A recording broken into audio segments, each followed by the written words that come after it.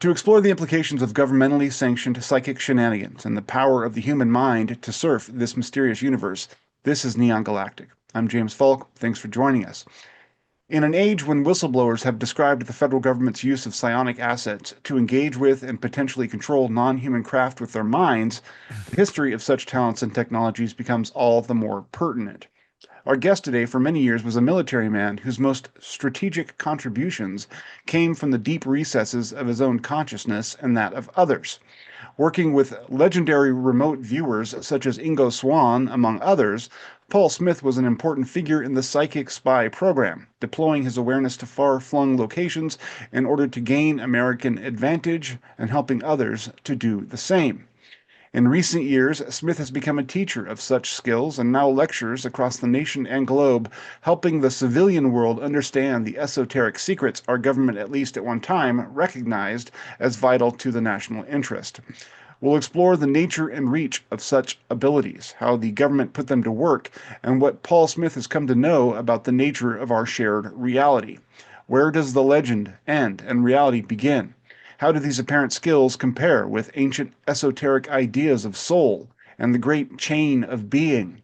Is the government even now deploying consciousness commandos in its continuing bid to maintain military supremacy? Are others? And what does technological progress look like in such a venture? If Ingo Swann and Lynn Buchanan represent the RV gold standard of the late 20th century, where does that standard reside now? Should we be afraid of such capabilities, or can we trust our government to use such power responsibly? In a world on the cusp of recognizing a much broader reality for all of us, these are vital questions to get answered with confidence. Welcome to the show, Paul. Thank you. I feel privileged to have someone who I think is an important historical figure on the show. So thank you for taking the time to have this conversation with little old me. You're welcome. How little are you? I mean, you look pretty good I'm sized. I'm a pretty good sized man, actually. I'm in north of 250, I think. So yeah, I'm a Okay. bigger guy. But yeah, no, I deeply appreciate your experience and all the things that you've done to help further the psychic quest for humanity and for the American government. I was intrigued because you are sort of seen as the go-to person to understand what remote viewing is and how it's been deployed by the U.S. government. And I'm intrigued by what conclusions you may have drawn about the nature of things from that. Now, I read in one of your books that you don't like to draw hard and fast answers to some of those questions because to do so can be problematic. But I'd still like to kind of get what your impressions may be on that. But let's start with, just so to give the viewers a sense, how you got into remote viewing and what your experience was like in a broad sense in terms of your military, journey. Okay. So before I get to that, I want to Sure. go back to something you just said about hard and fast answers. Okay. Okay. Yeah. I'm perfectly happy to draw hard and fast answers about questions. There are hard and fast answers too. Sure. But so many of these questions are still open-ended. We don't necessarily have all the facts. We don't necessarily in fact, have enough evidence to provide solid answers on some questions. So, I'll try and draw that distinction as we go through our discussion here. Okay. And to be clear, just so you know where I'm coming from, I just finished Spying on the Enemy's Mind, which was a book that you wrote that's sort of your history, I think, Re of re this psychic spying framework. reading the enemy's mind. Oh, is it? I'm sorry, Reading the Enemy's Mind. I But don't know that's why I okay. put spying. Technically, that's what it's about, right? That's what it was doing, right? But it's a history of sort of your involvement with the program and those sorts of things, and also remote viewing generally. And as you mentioned to me on our first conversation, there was an introduction written by Jack Anderson, a famous journalist, which was itself, I thought, pretty compelling, given that reporters are so often supposed to be practical, pragmatic realists. And so his Well, being Jack, convinced says something, maybe. yeah. So Jack, the funny thing there was that he had for, I don't know, more than a decade been trying to get to the bottom of the remote viewing program. He had uh, a source inside of Congress who'd been briefed on the program, who fed him little tidbits, right? He was trying to get to the bottom of it, And it didn't have a lot of success. I think they published like 12 columns on it over about that period of time. And what he didn't know is that I had married his managing editor, Hmm. a few years before I did my book. And so until he declassified the program, I couldn't say anything about it, right? She knew a little bit, but even she couldn't know very much. And then once they declassified the program, then I came out of the closet to Jack, and he was dumbfounded. I mean, like right there, right? I mean, Yeah, yeah, there you are. So yeah, yeah, you're like, as we were talking about your background and how you got into the program, and yeah. it's sort of a compelling story, I think. So let's go to 19, let me think, 1983. Okay, spring of 1983. I had just got done with a 3-year tour in Germany with a special forces unit that was stationed there. I'm not special forces qualified, but I was their intelligence officer. Right? One they had, one of them.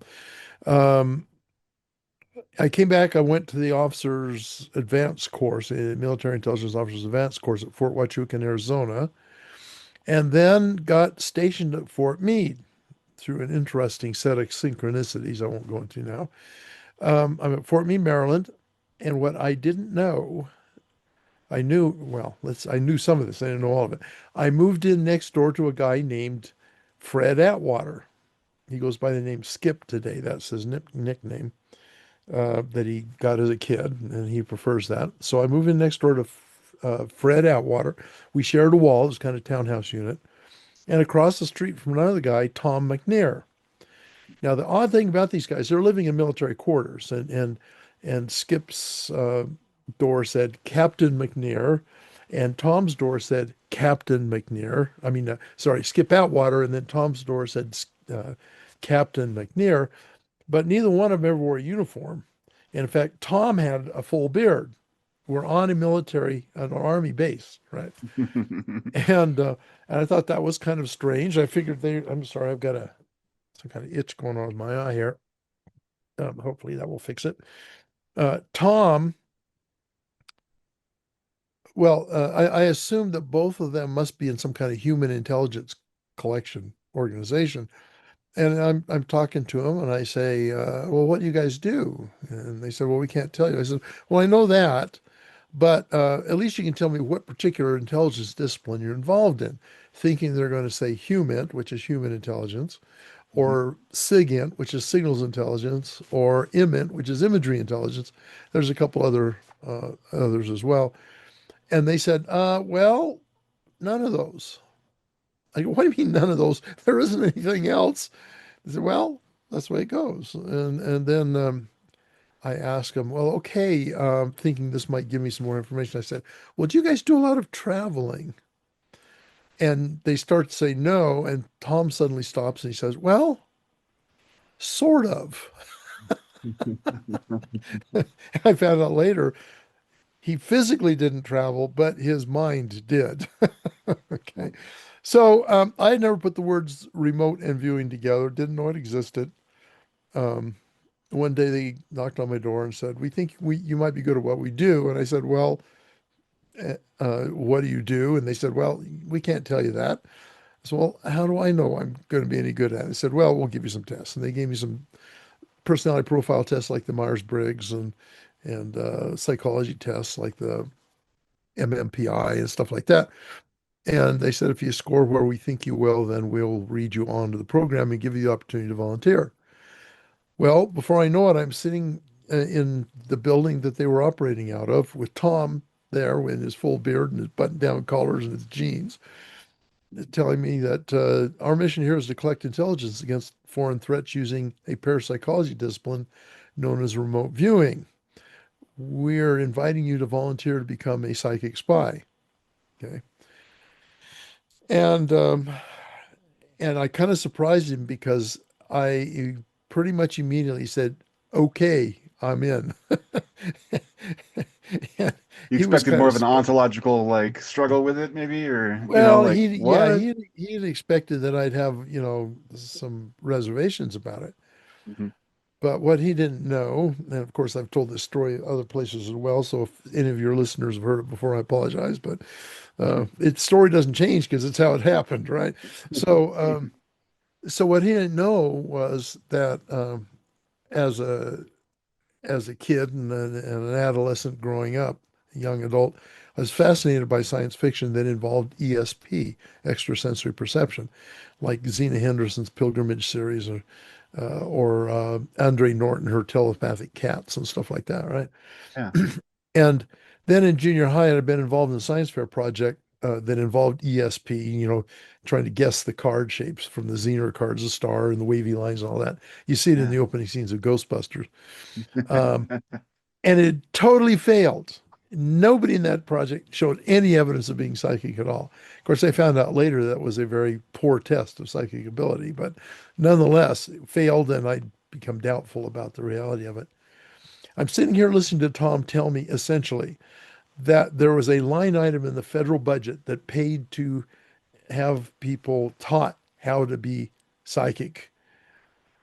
And I'm thinking, there's got to be really be something to this. There's no way I'm not going to do this. Yeah, And yeah, so no, this is going absolutely. through my head as he's telling me this stuff. And so he was quite surprised that because other people they had read on had either declined to volunteer or had taken the full amount of time. They allowed 24 hours to make up your mind, taking the full amount of time before they had decided to do it.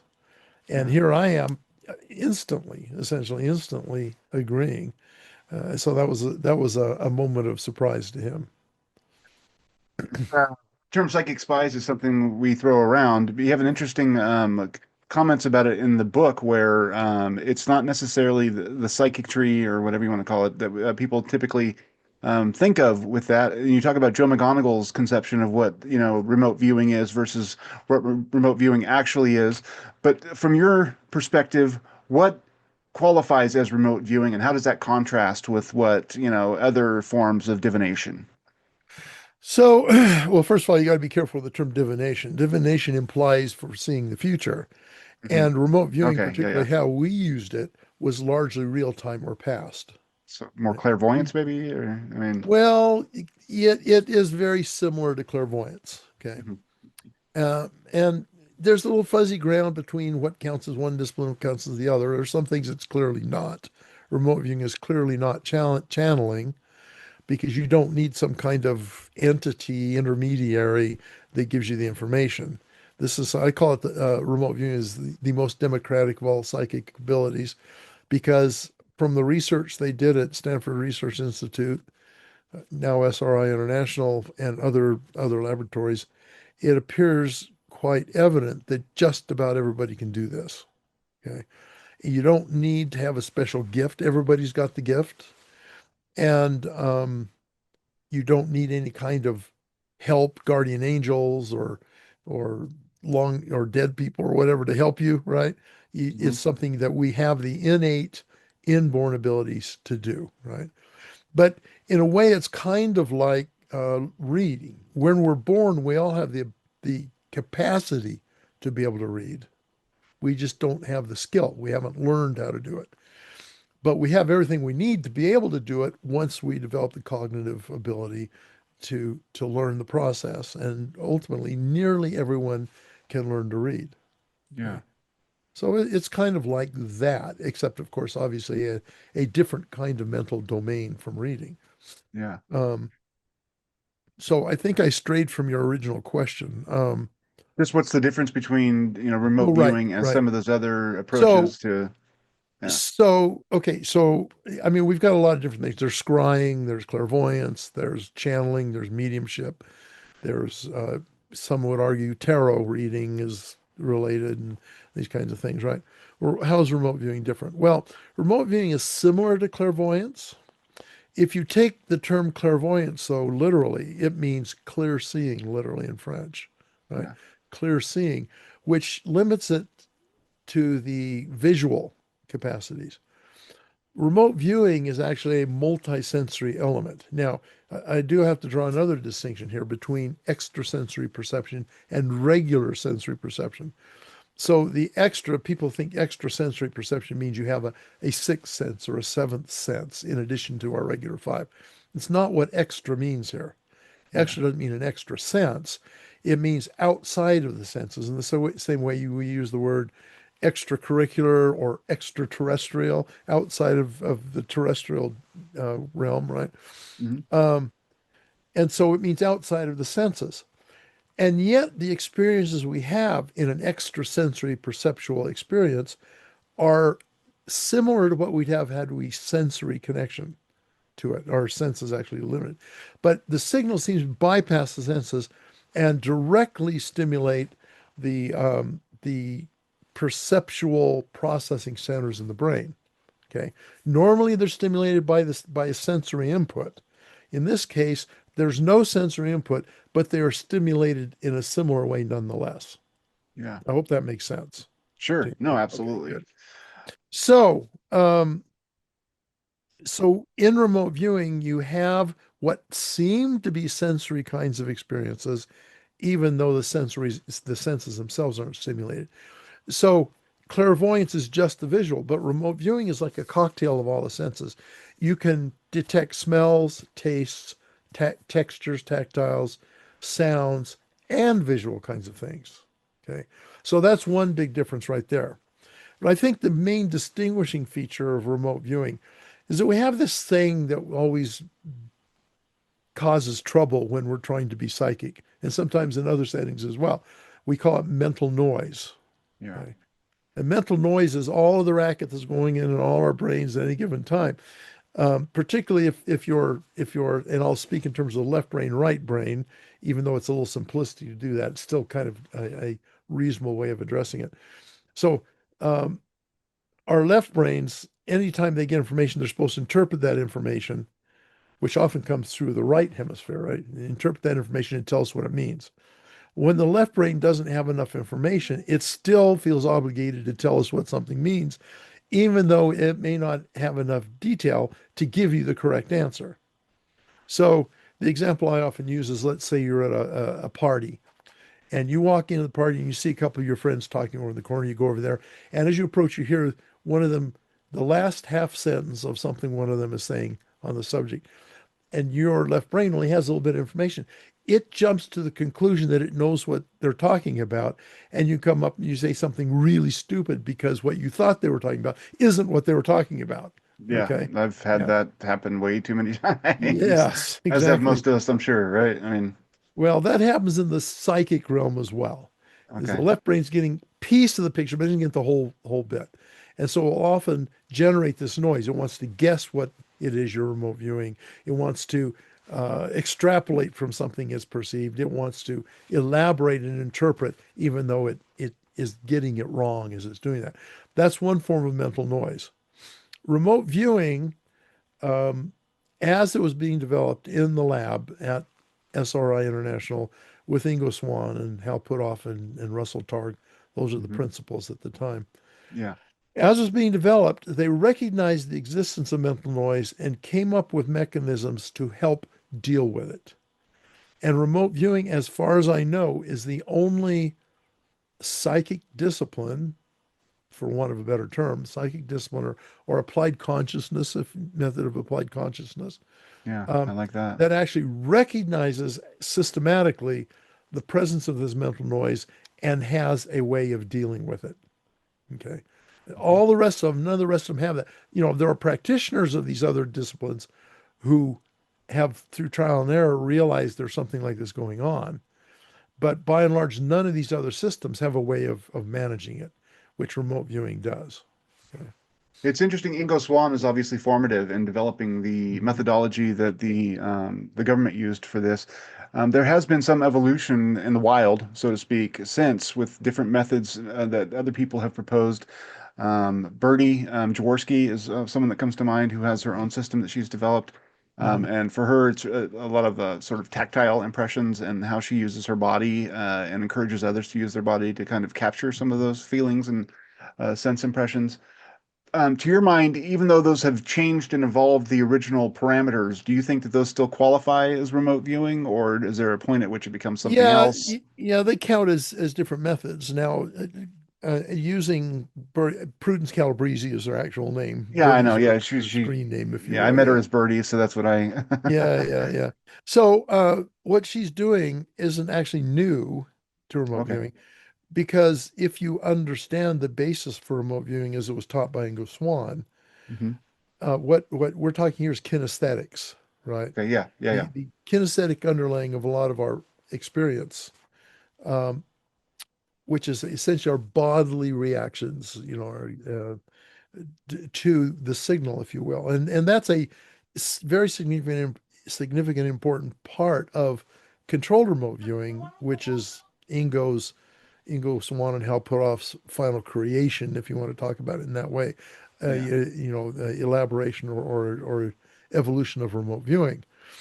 And what often happens out there in the remote viewing community is people come along and they think they can do a product improvement, or they just want to put their brand on remote viewing so they can go out and teach it and distinguish themselves from other people, right? And Yeah. so, generally speaking, the CRV controlled remote viewing is like the granddaddy of all these other offshoots, right? Hmm. And people come in and they may bring in some of their preconceived notions about it and add that to the remote viewing thing. Like, for example, Courtney Brown, he had a long history in transcendental meditation, and he introduced some aspects of transcendental meditation into remote viewing, even though that wasn't originally an aspect of it. And so he's got this modification he calls SRV for scientific remote viewing.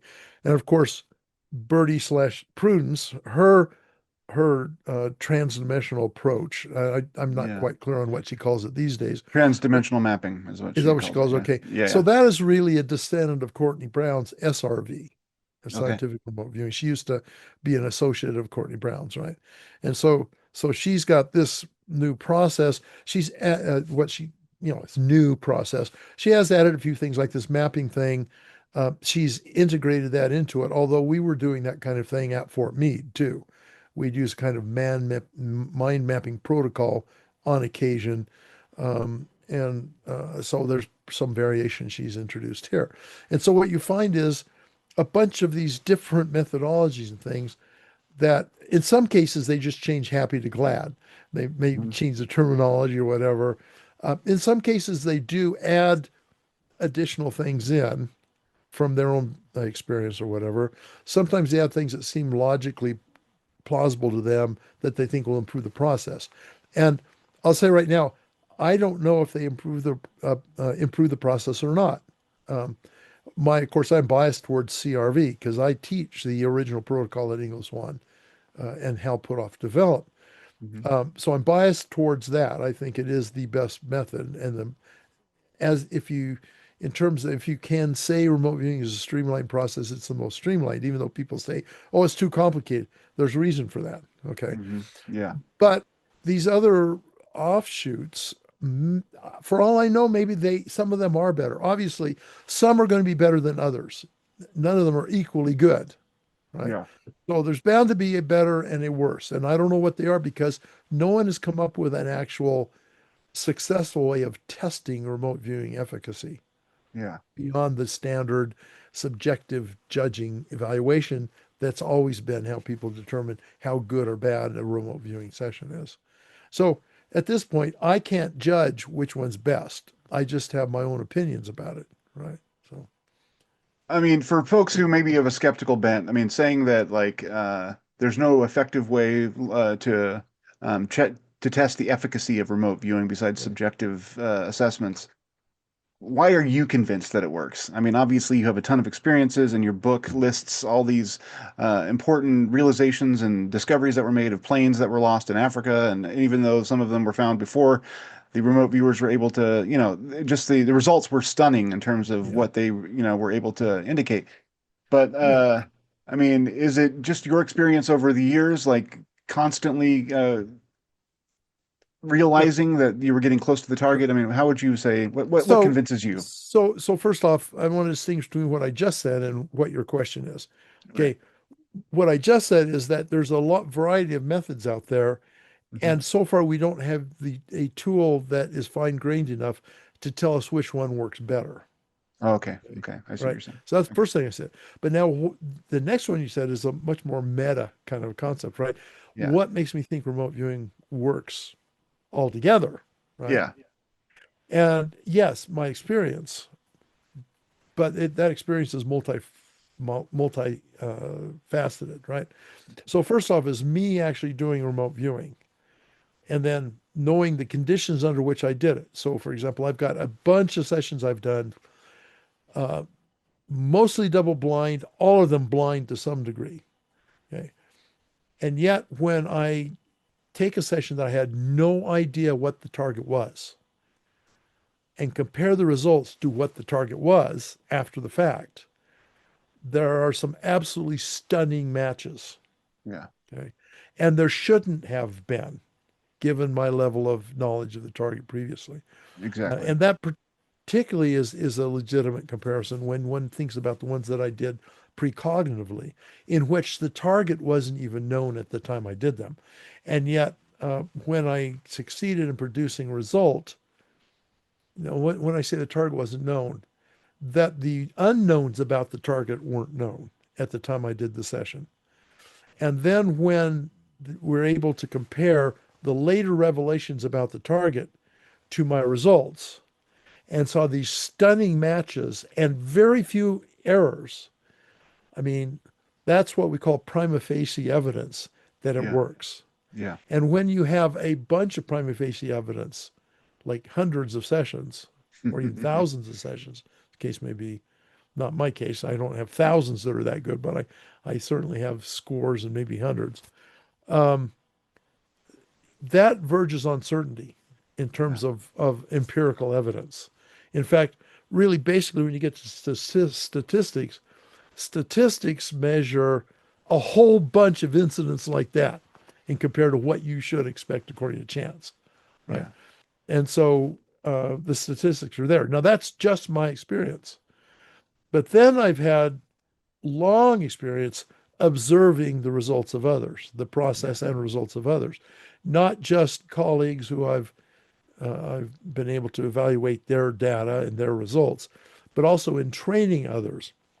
I present my students with targets, and I know exactly what they know, which is nothing about these targets. But I know, ultimately we have a set target, but they know nothing about it, and yet they are able, in many cases, to accurately describe that target. And when they do that hundreds and even in this case thousands of times, then you'd have to be in real rejection and denial not to acknowledge that something real is going on. Yeah. It's interesting to me where, I mean, this remote viewing, along with all of parapsychology, I think, still meets a lot of resistance with mainstream science. And I wonder why that is when the evidence exists, like you talk about, and statistically, even parapsychology in general has some startling results when you look at them statistically, or you do a meta-analysis of all the different ESP experiments run over time. The percentages are just through the roof in terms of like how likely it is that there is actually something going on, whether it's a small effect or a large effect, depending Mhm. on whichever test.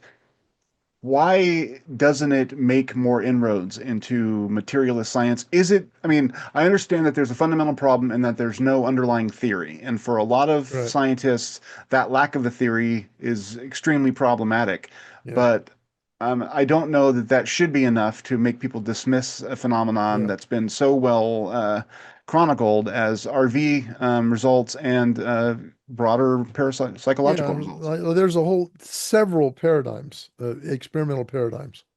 Yeah. There is, of course, remote viewing. There's associated remote viewing, which is related. There is Ganzfeld. There is direct mental interaction with living systems. And there are some actually really well done, scientifically well done studies in multiple of labs that show these things are real. Okay? And the problem is because if they are real, we have no idea how they could possibly be mediated in a physical, well, they're mediated, but no possible way they can be explained fully in a physical system. And since physicalism, which is the doctrine that everything is either physical or the consequence of physical facts, right? Since physicalism is the ruling worldview today, particularly in science, um, this kind of data threatens Yeah. the underpinnings of that worldview. And we know throughout human history, as new worldviews come along that actually turn out to be right, they are strongly resisted by the people who hold the old worldviews. I mean, Thomas Kuhn in his Structure of Scientific Yes. Revolutions Yeah. is Yeah. he classically described this problem, right?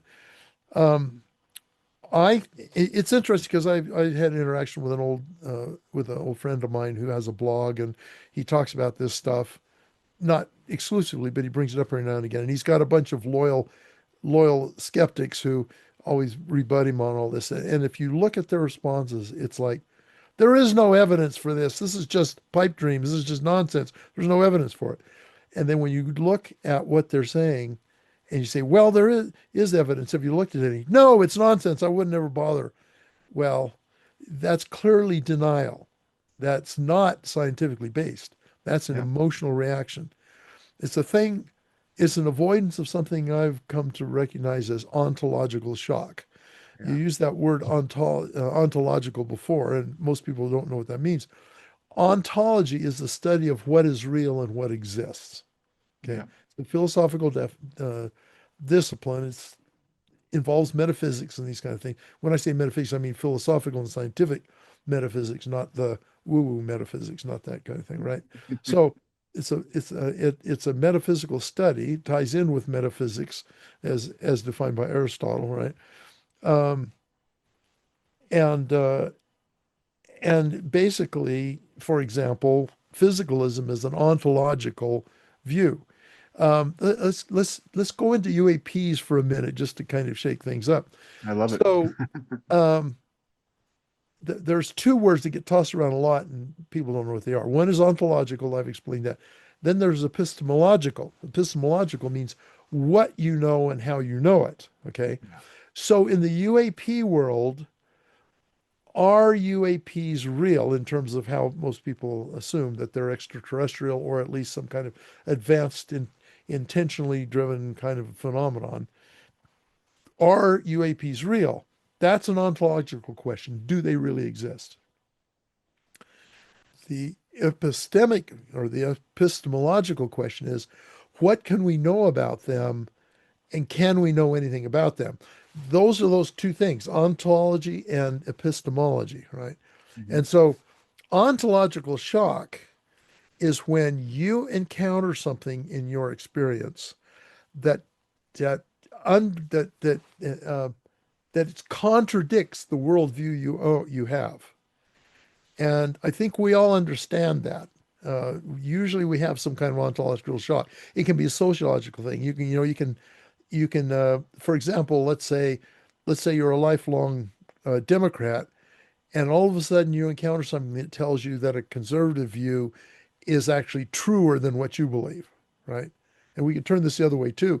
A conservative encounters a liberal view that's contrary to what they believe, and they have this sudden shock, like, oh no, that can't be true. And yet they have this deep down feeling, yes, it is true. How do I integrate that into my belief system now? And sometimes you can totally contradict it.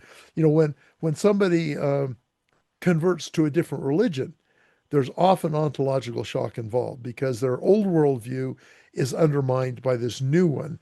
Now, sometimes this is just a belief structure, but that can be actually the case in things that aren't really necessarily belief, like in science. Obviously, there's belief and faith in science, just like there is in any other thing. Um, we people who don't understand relativity theory still believe it, right?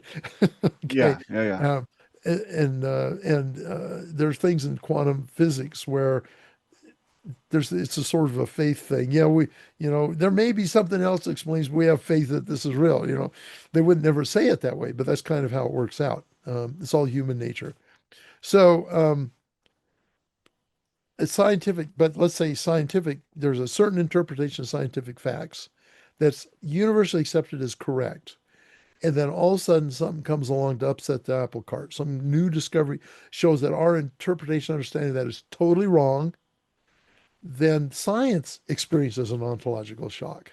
Ah, what do we do now? And we see that over and over again. The Copernican revolution, the quantum physics revolution going, you know, essentially showing that Newtonian physics is basically wrong, right? At least except at the classical level, all those kind of things. And so the problem skeptics have is if they've bought into the physicalist world view and they've staked their whole careers, their whole belief structure on that, and something comes along that shows that that's at least incomplete, at best incomplete, and at worst wrong, they're going to suffer this ontological shock.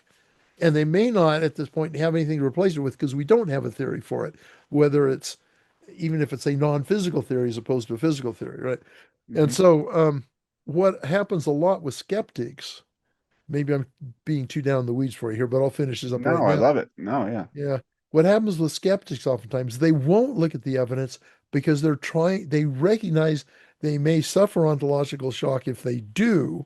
And so they're trying to avoid subjecting themselves to this massive ontological shock by denying that there's anything there. yeah, Yeah. yeah.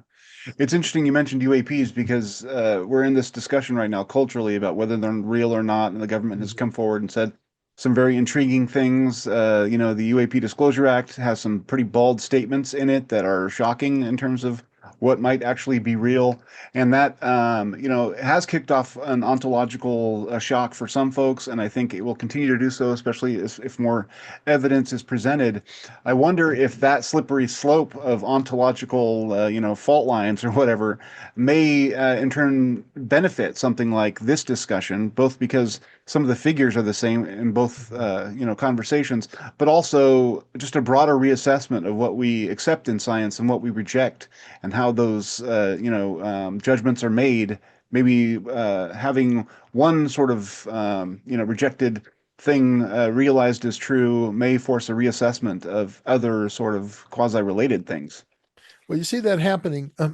You see a smaller version of that when remote viewing was revealed back in late 95, early 96. Hmm. Then a lot of these psychic disciplines, other psychic disciplines, tried to recast themselves as a remote viewing or form of remote viewing because remote viewing had a certain legitimacy. It was developed in a lab. The military did it for 23, well, military intelligence establishment did it for 23 years, gave it credibility that these other disciplines didn't have. Yeah. And so they're trying to get this borrowed legitimacy in a sense, right? Hmm. But we see that happening now with UAP because we're getting some really, really strong evidence that they are real. And so everybody who's got a lesser claim that maybe not be a little more squishy than that, Yeah. they want to somehow connect it up with UAP so that they get this borrowed legitimacy from that. Yeah. Okay. And it's very understandable why they do that, but you got to be careful. Just because one thing is Exactly. true doesn't mean the other thing that looks similar but may not be similar. It isn't a guarantee that's true. Right. Yeah. So, It's interesting in your book you talk about the risk of trying to remote view UFOs, and I understand this was written a while ago. yeah. But there have been a lot of people who've talked about doing that, and there's lots of literature about what people have seen, and even Ingo Mhm. Swann has talked a little bit, or written a little bit about some of the encounters he may have had with Yeah. NHI. Can you talk a little bit about what that risk is, and do you think that still exists even as we are sort of approaching more acceptance of UAP as a topic? If anything, it's worse.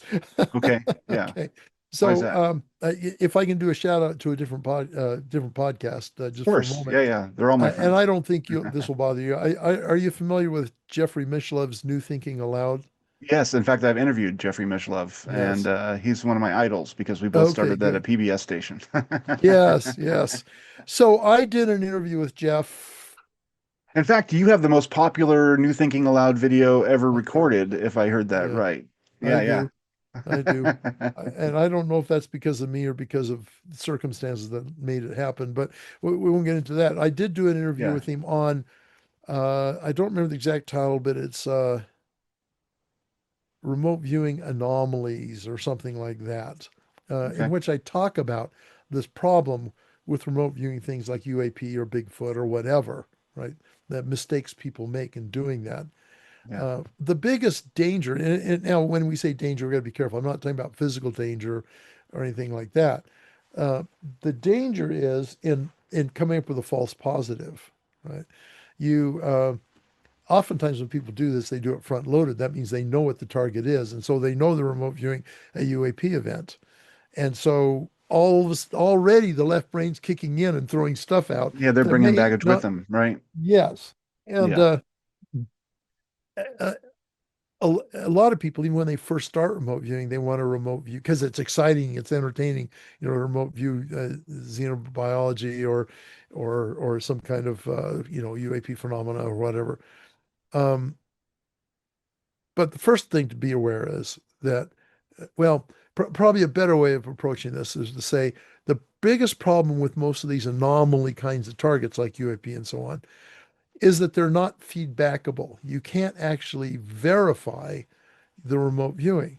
And in standard remote viewing, as formulated by Ingo Swann and Puthoff and the rest of the folks at SRI and elsewhere, you need to be able to verify the data or you will never know whether you're on or not. One thing to remember is remote viewing isn't 100%. Even the best remote viewers might be 70% success. Yeah. Yeah, occasionally you may get up to 80%, right? But there's always some wrong stuff, almost always some wrong stuff in any given session. And then every once in a while, sometimes fairly often, you will get the target wrong. So Joe McMoneagle, who you mentioned earlier, he's considered one of the absolute best remote viewers, and he has done some amazing stuff. There's no question. He's done some amazing work, very successful. But I like to tell people when Joe is on, that means on target, he's really on. But when he's off, he's really off. Okay. Yeah. Because there are instances where Joe McMoneagle got it wrong and got it spectacularly wrong. Right. And that's just the nature of the game because we don't know what the underlying, we barely have an idea about the underlying physical elements. And there are physical elements because it has to this, what I think, well, we'll say non-local signal that carries the remote viewing information, speaking very loosely here. Something has got to turn that into a physical signal for the viewer to be able to describe it and sketch and talk about it and all that stuff. Okay. Yeah. So there has to be Ingo used the word transduction. There has to be a transducer between non-local and local. And that means your hardware in your brain and all that stuff, right? So we do know that something about that, but still not enough. So since we don't know how that works overall, the whole process works, then we don't know sometimes what optimizes it and what to avoid. And Mhm. so consequently, we're going to make mistakes. We're Yeah. going to get things wrong. The real miracle here is that we get so much of it right, which is, of course, what freaks the skeptics out that actually look at the data, the ones who actually are willing to examine the data. They they do suffer a bit of ontological shock. I have other stories I could tell you about that, but I won't go into those now. Yeah. So so because of that, the viewers are not always going to be correct. And when you work against a non-feedbackable target, in other words, there's no feedback of actual factual data, there's no feedback available, you aren't going to know what you produced, how much of that was true and how much it was false. And very often, everybody just people who do this will just assume it's all true, Yeah. and they're certainly in 99.99999% of the cases they're wrong that it's all true. Yeah. Rarely, rarely. I've only had one remote viewing session, one operational remote viewing session that was 100% correct. Okay. And I've been doing this for a long dang time and Yeah. I've had a lot of good results. So assuming that your sessions are always 100% true is going to lead you off into la la land. You're going to believe all kinds of stuff that isn't true. And that's the big danger. Yeah. is false positives, getting information that you accept blindly from a remote viewer when you don't have confirmation that it's true. Yeah.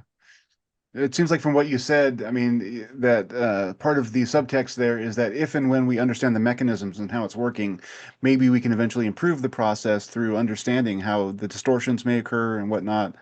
Um, that leads me to a question. How do you think this is all working? You mentioned non-local, so that makes me think of something along the nature of quantum physics or along those lines. Are you comfortable even, just throwing out some ideas about what you think may be at play with how Well, this is all? I can tell you what things I think aren't it. Okay, Okay. that helps. And Yeah. quantum entanglement is one of them. I use the term non-local, but in a broader sense. So non-locality, as it's used in the scientific environment, refers to this property in quantum physics where if you have two closely associated particles and then you move them apart, when you affect a property of one particle, I'm going to keep on the screen here, one particle, then the other particle is affected in a similar way instantly and without any apparent causal connection. Yeah. Okay. Um, and they call that non-local because local causation is your standard causal chain. You tip this domino over, the next domino goes, the next domino, the next domino, the next domino, right? That's a local causal chain. And, in playing billiards, you hit the ball, it hits one ball, it hits another ball, it hits another ball. But in more sophisticated terms, we talk about drone operation, right?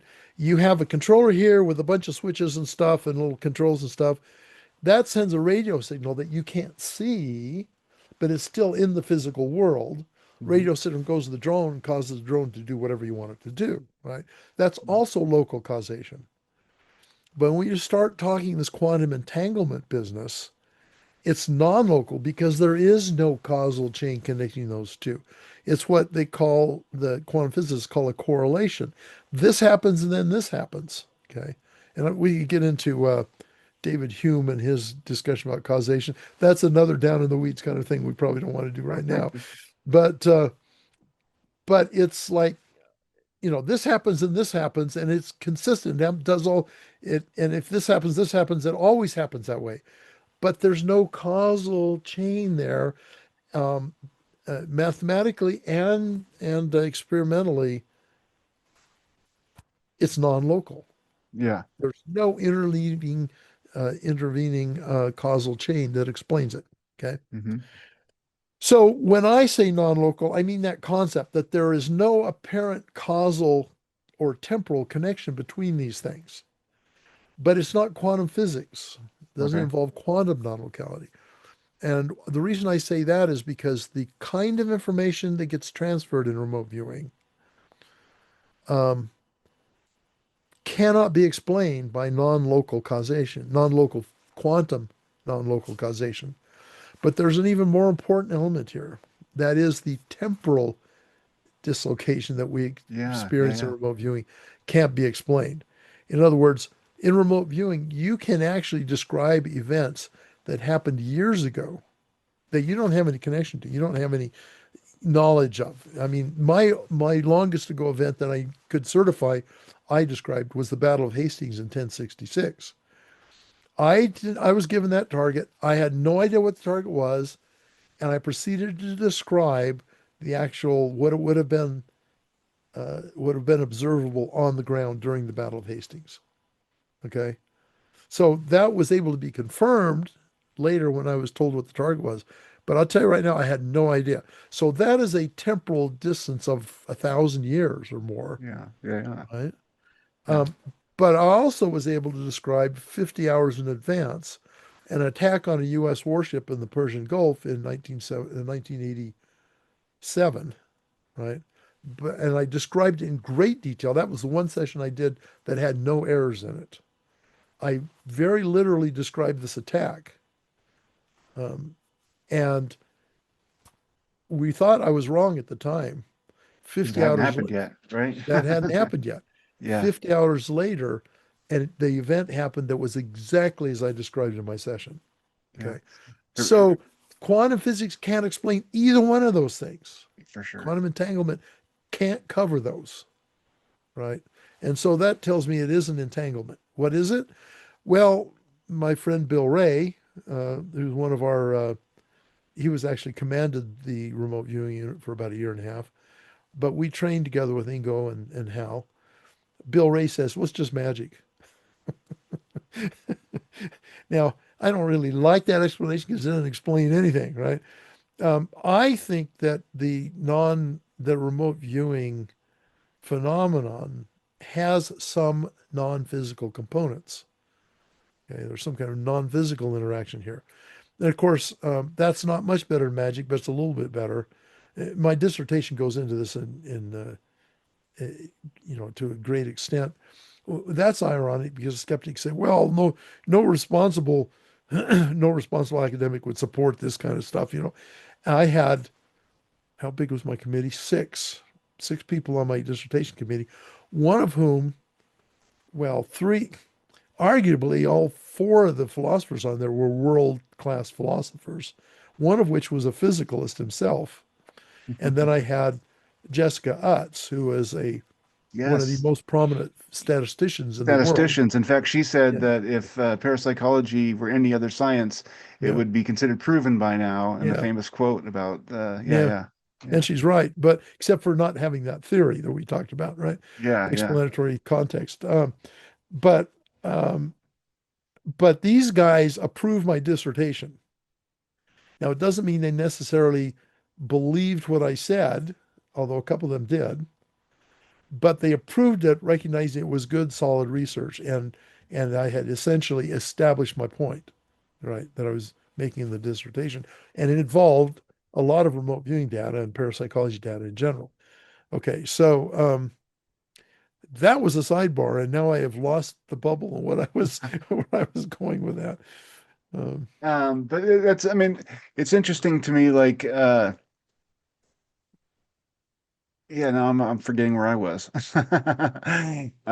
sign of a good conversation. Yeah. Yeah, yeah, we're getting so into it. Okay, so here's something that's an interesting question to me that I've interviewed Eric Wargo. Are you familiar with his work at all? Yeah. Time loops and yeah, Yeah. great guy. Got it I right here on my consider him, shelf, in fact. So, yeah. yeah. But he was talking about the precognitive ability, right, and dreams and those sorts of things. And he has a theory about how it's us, our consciousness accessing future knowledge. I mean, Yeah. to put it too simply, but that we are incapable of precognizing anything that we don't know at some point in the future.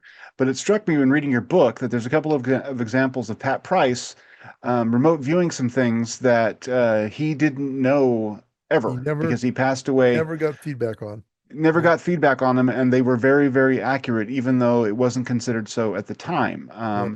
One of those, for instance, was the pool slash water treatment facility where he had, which is interesting too, because it's also a time dislocation where he saw Mhm. the water tanks on site that were gone by the time they were looking at the pool at in that year, Yeah. but had been Mhm. part of the site historically, and he had seen those, and he didn't learn that at all in his life. That was something that came out Right. later.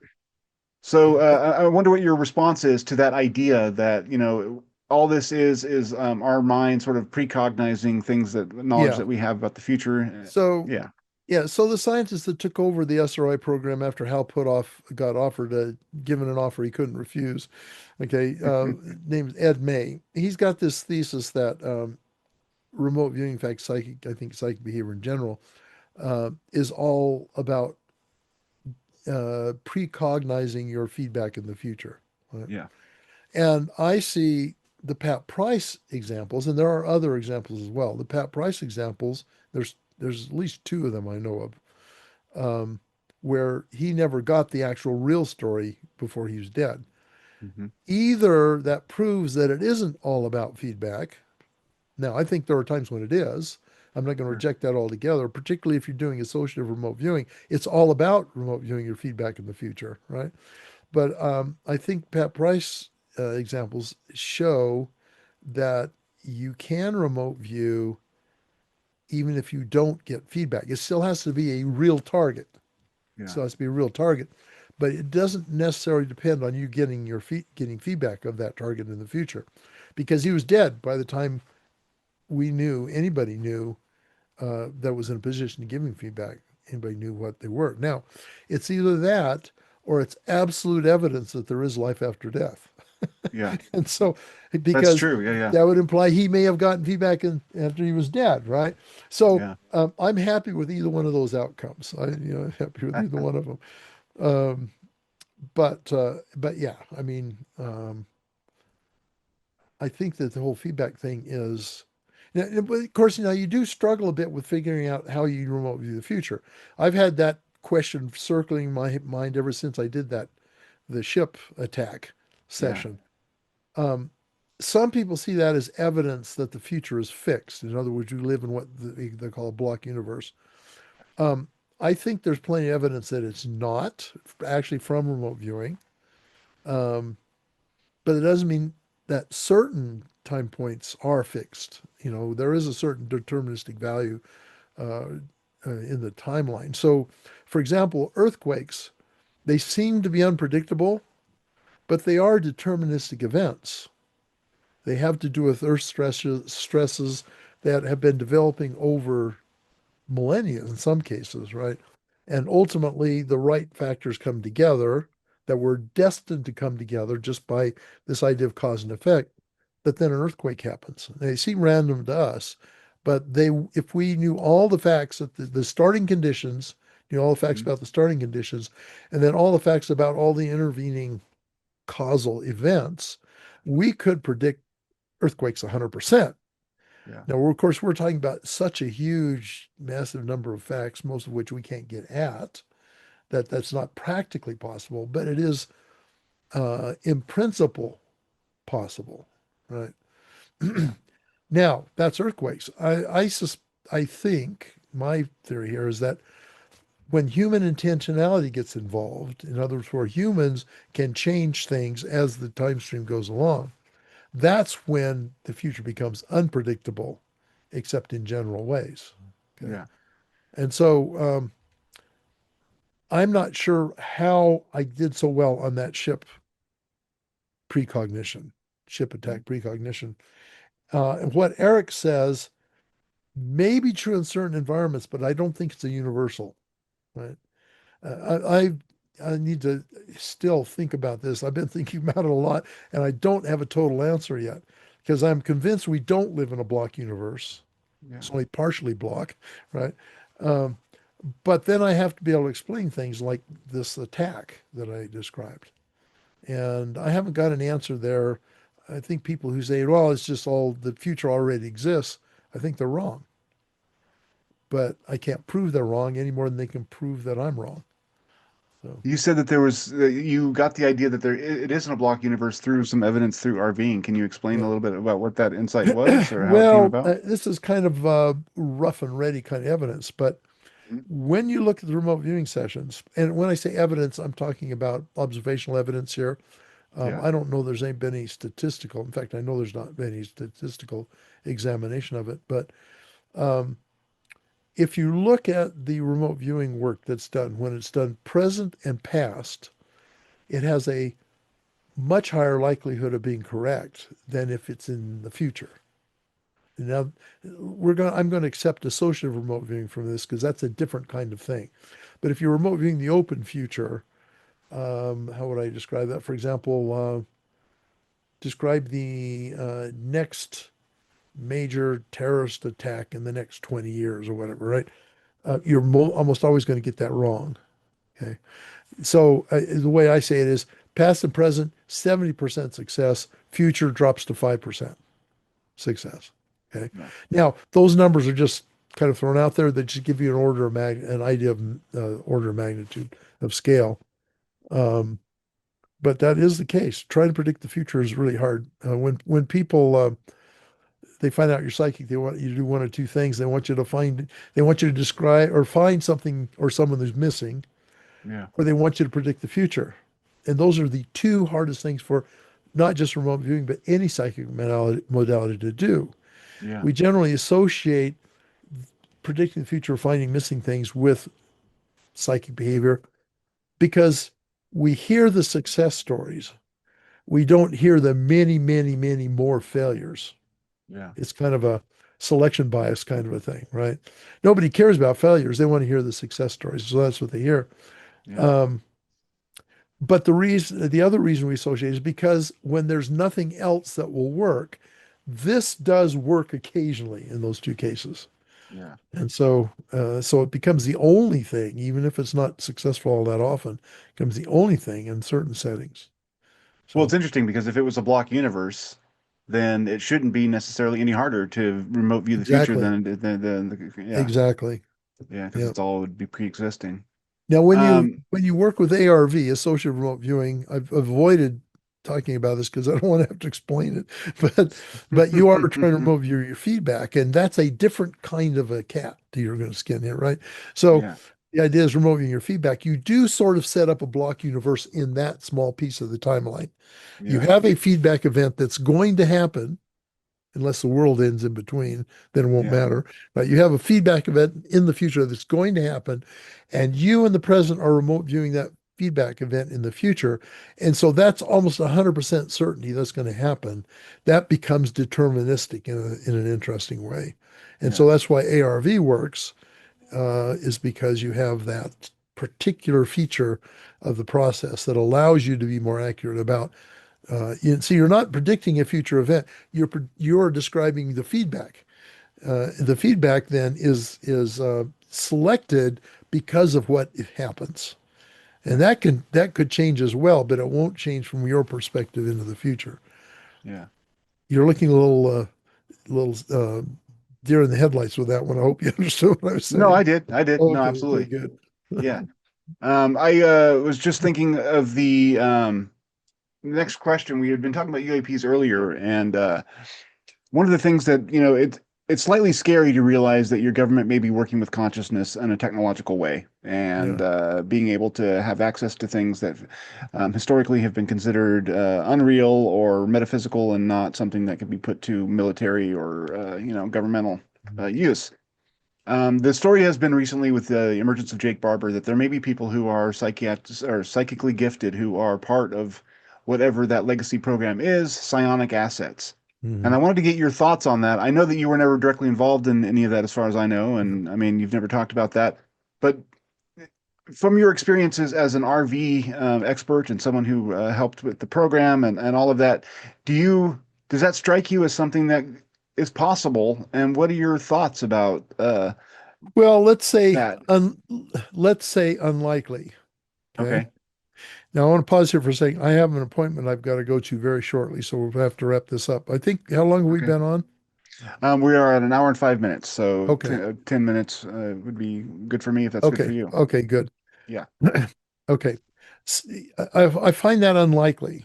Um, First off, I have to say there are lots of stories about the Stargate program, looking into UAP, into these kinds of anomaly things. Um, you have to be careful. It wasn't the government doing that. That's true. Okay. That's true. These are off the books, sponsored by individuals in the program. Hmm. The two primaries in this were Skip Atwater, who I mentioned earlier, Hmm. and he did it in a very, I thought, well constructed way in terms of protocol. Okay.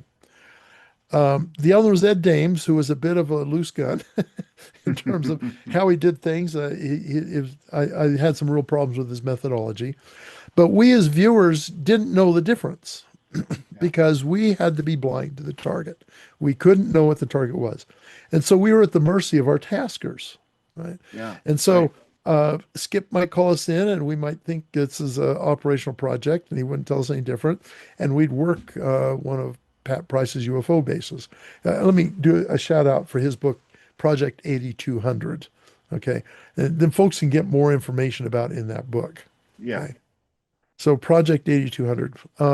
Skip would then give us a tasking and we would address it, right? And then we discover, hey, wait a minute, this is not a Soviet missile system. What the heck's going on here? The same thing with Ed. He would, in fact, sometimes he would say, we're doing an operational project. And so we would expect a chemical warfare factory or hostage in the Middle East or something like that. And we would end up remote viewing some kind of wild, the the Supreme Galactic Council or whatever he called it, stuff. And it used to make us mad because there's no feedback. We Yeah. couldn't judge how well we did. It used to drive us kind of crazy that we Yeah. would end up doing a project for which we're not able to get ground truth or confirmation of how well we did. I started off to talk about this, and probably I ought to say something here. See, the problem is you can't improve your viewing if you don't get feedback. Yeah. If it's a target that doesn't have feedback, you don't. I think based on what I said before, it should be understandable. Um, One of the values of doing remote viewing and getting feedback is you can learn what you did right and what you did wrong. Yeah. If you're doing a project that doesn't have any real solid feedback, you'll never know what you did right and what you did wrong. And that's frustrating. Okay. So that would make us upset. But the bottom line was those two individuals really, they were primaries here. Um, they weren't doing that under mission requirements. They were doing that out of their own interests. Now, Yeah. Skip did have a legitimate interest in doing that because he wanted to keep us kind of off balance. He didn't want us to get used to doing Soviet missile systems all the time. He wanted, Kind of a palate cleanser almost, right? I it mean, is, yeah, in a sense, you could say that, yeah.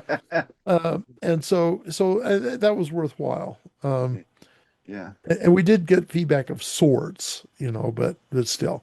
Anyway, so that's that. Now, the question about psionics.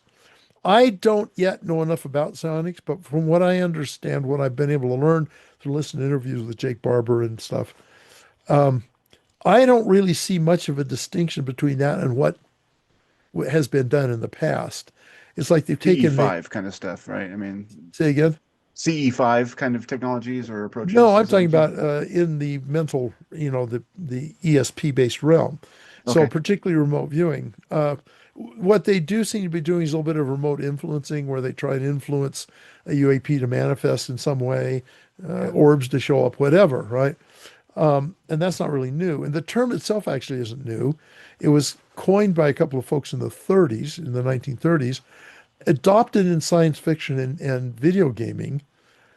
So it was fictionalized, and now it's just emerged again as describing a real technology, if you want to use that term, as such. And I don't know the bottom line of what's happening with it, what its pedigree is. I have been introduced to somebody who does have that information, and it's always I've always run into this person at conferences, and my dance card is always full at conferences. I am Yeah. on the go the whole time. People want to talk to me, having to give talks and all that stuff. So I haven't had time to have just a sit down and talk it over kind of a thing. I hope to set that up when I'm not at a conference, that kind of conversation. Then I can answer your question a little bit better. Yeah. However, I don't think that there is a connection between the psionics and Stargate. Okay. Okay.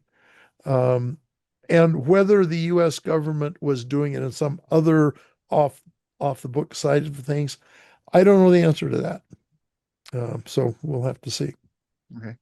We can call this next one our last question. I've interviewed Lou Elizondo before, and one of the things that's come out recently through his book, Imminent, which I enjoyed and read, and a lot of people have, was his history as a remote viewer. And at one point he talks about Gene somehow Lessman. you, huh?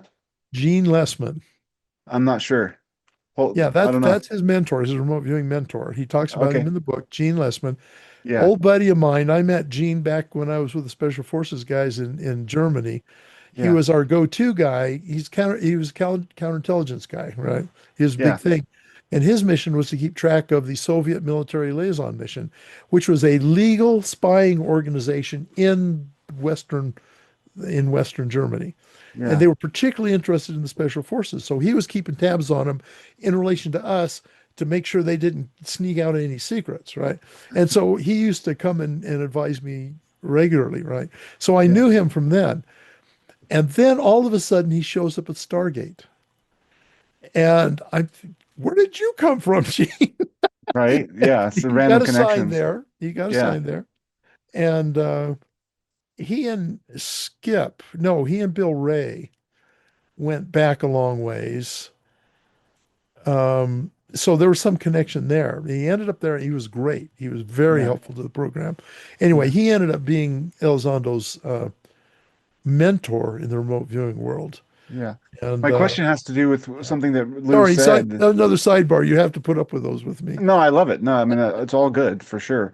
Yeah. But my question was that Lou had talked about using the capabilities he learned as a remote viewer at one point to antagonize a prisoner within the Guantanamo Right. Yes, I remember that. prison. Yeah. And that, I don't know what to think about that. Given that this is a technology that, you're moving around within people's consciousness, I wanted to know what you thought. So I first off, mean, can it be used as an offensive weapon like that? And so how you have to scary is draw, that? yeah, you have to draw a distinction here.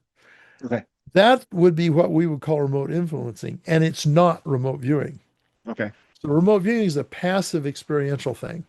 Sure. Remote influence is an active pushing out kind of a thing. They're two different things. Okay. Now it's possible a remote viewing might be used as the targeting mechanism, if you will. I don't know. But my recollection, it's been a while since I read Imminent, but my recollection was that not Gene, Lou, um, used that, but he was not ever sure that what he was doing really is what affected things, right? Yeah, yeah, yeah. And that's the way it is with remote influencing. It's very hard to prove that you've actually had an effect or not. Yeah. Okay. The best you can do is correlate where you do something and then you observe a corresponding, I won't even say corresponding, but a plausibly related behavior in the subject that you're trying to remote influence. Rarely do you get that kind of insight. In this Yeah. case, he did. Whether the two were linked, it's hard to say. Yeah. It's hard to say. Uh, my belief here, and I've pushed back against the remote influencing folks. Lynn Buchanan, for example, is really big in this idea of remote influencing. But he himself, I finally forced him to admit that he didn't know if it really worked or not, Yeah. because he rarely ever saw the subject after he tried to influence them. So he didn't know if anything had changed or not, right? Yeah. And it seems to me that at least to some degree, evolution would have given us defenses against remote influencing. And so this is the example I use for you. You're driving down the road and somebody cuts you off and it makes you mad and you just think really hateful thoughts at that person, right? And they just keep on going, you know. Yeah. Yeah. Um, if we were susceptible to remote influencing, really susceptible, anybody who would have been weeded out of the gene pool because that would be a counter survival thing. People, attacking you mentally. Yeah. Um, Now, obviously, being positively mentally influenced is a good thing, Yeah. but you're more often to be negatively influenced because you're more likely to be cutting somebody off in the traffic than you are to, be needing, prayers or something, to help you. Although this is kind of overly general here, what I'm saying here. I acknowledge some shortcomings with what I'm explaining, but Yeah. it seemed to me that we'd have defenses against negative remote influencing, but not necessarily defenses against positive remote influencing. You Yeah. know, it's a logical argument. From a research perspective, it's really so far impossible to even know how to find that out. Yeah. Right? Absolutely. So, yeah. Yeah. It's Now, interesting though that there have been studies that show that prayer has some efficaciousness. yes, in fact, Russell Targ, who was one of the principals at SRI, his daughter was Yeah. a very important figure in that research. And I mentioned DMILs, direct mental influence over living systems. There's some really good evidence there that we can have some impact on somebody that we are observing or at least distant from in some way. So, for example, the sense of being stared at that Rupert Sheldrake has researched, that's Yeah. a form of DMILs, direct mental influence, right? Yeah. And so it shows that there is the capability for that. It just seems to me we should have onboard defenses against the negative aspects of it. Yeah. Anyway, this a who knows what kind of a Of course. discussion. Yeah. Yeah. Which some of these questions always are. Yeah. Um, I appreciate your time, sir. Thank you so much for having this conversation. And like I said, I feel like it's a privilege to have a conversation with someone who's such a integral part of American history and hopefully the world as it's becoming. Well, you have got some things out of me that I've not spoken about in podcasts before. And so that's a sign of a good interviewer, right? So I appreciate the opportunity to be on with you and look forward to getting the link so I can tell people about it.